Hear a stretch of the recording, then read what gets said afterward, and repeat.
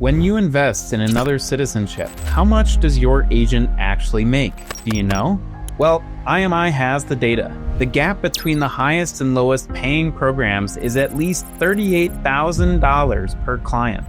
That kind of spread changes which programs get pushed and which ones do not. In this video, we'll break down exactly how much governments pay agents, so you're no longer in the dark about investment migration incentives. Stay until the end to learn about the Citizenship by Investment program with the lowest agent commissions. Before we dive into the numbers, let me set some boundaries on what we're covering in this video. This analysis excludes real estate pathways. Developer negotiations, property valuations, and regional market conditions create variable commission structures that defy standardization. Turkey's program illustrates this complexity, where agents earn anywhere from 4 to 15% of property value, occasionally exceeding these benchmarks through markups. Caribbean programs usually impose commission ceilings on developer-negotiated real estate deals, though tracking whether developers abide by them proves nearly impossible. So in this video, we're focused on contribution-based pathways, which maintain fixed agent fees across all approved intermediaries. These are the numbers we can actually verify. We're also only covering programs with publicly available commission information. That means we won't be mentioning El Salvador, Egypt, Samoa, or Jordan, either because their commission structures aren't public or because the programs don't generate enough market interest to warrant inclusion. Let's start at the tippy top.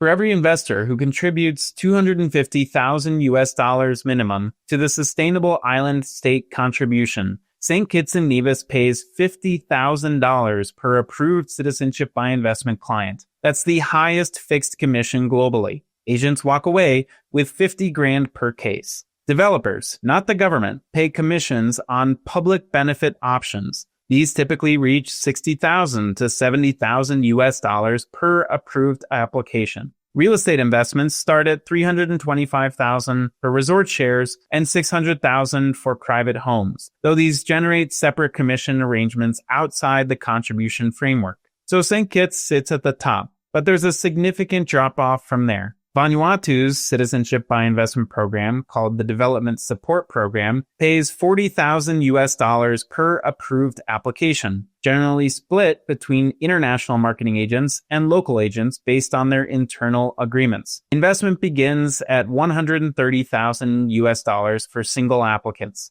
Vanuatu also runs a second program, the Capital Investment Immigration Plan, which requires an investment of $160,000, of which $50,000 is redeemable.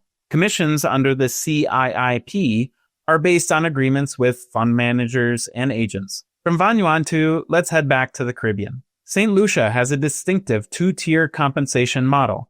National Economic Fund investment requirements begin at $240,000 for individuals or families of 4. Applications yield $35,000 for agents, but bond-based applications pay $30,000 in commissions, and investors have to provide $300,000 refundable after 5 years. So, same country, two pathways, two different commission structures. Real estate pathways require an investment of $300,000 with a 5-year holding period, while enterprise projects demand $3.5 million in infrastructure or research ventures. Grenada's base commissions reach $30,000 per client, but can rise to $35,000 based on performance metrics. Contribution requirements stand at $235,000 through the National Transformation Fund for single applicants or families of 4. Real estate options are split between 1. $270,000 joint resort investments, and 2. $350,000 sole ownership units. Antigua Barbuda pays agents $25,000 per approved National Development Fund application. Single applicants or families of up to 4 members invest $230,000 minimum. The University of the West Indies Fund serves families of 6 or more at $260,000. Despite higher investment thresholds, agent compensation remains at $25,000. Real estate investment thresholds begin at $300,000 in Antigua, while business investments require $1.5 million for sole ventures or $400,000 in joint arrangements. Dominica does something completely different. Agent earnings equal 10% of the total investment amounts. No fixed application applies, creating variable compensation tied directly to client contribution levels. Economic diversification fund applications require $200,000 from single investors, generating $20,000 in agent fees at baseline. This percentage-based approach distinguishes Dominica from every other Caribbean program in the market, and this 10% does not apply to real estate investments, which start at $200,000. Developers negotiate their commissions with marketing agents directly. Now let's look at the South Pacific and Africa, where commissions drop significantly. While Treasury Fund donations require $105,000, making Nauru the most affordable South Pacific citizenship option, Nauru pays $25,000 in agent commissions per approved client. São Tomé Príncipe, Africa's newest program, has the lowest global entry point for single applicants, beginning at $90,000 through the National Transformation Fund. The unit pays agents $20,000 per approved application. Blockchain-powered processing aims to streamline these application workflows. The technology addresses administrative bottlenecks common across emerging markets though implementation remains under valuation. At the bottom of the commission scale,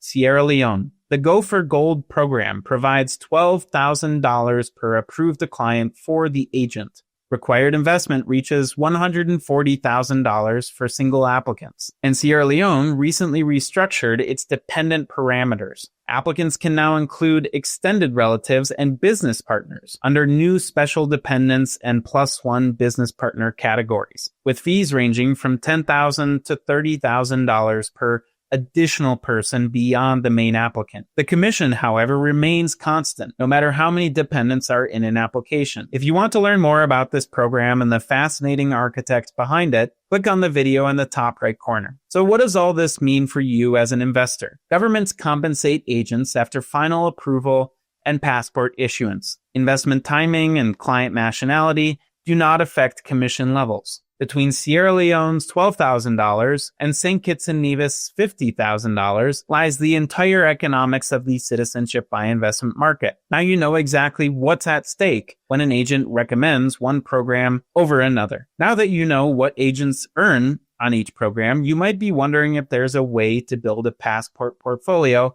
without paying CBI premiums at all. There is. Watch How to Stack 3 Passports in 3 Continents for free on your screen right now to see how to do it as fast as humanly possible. And if this video helped you understand the economics behind investment migration, subscribe and hit like so we can keep pulling back the curtain for you.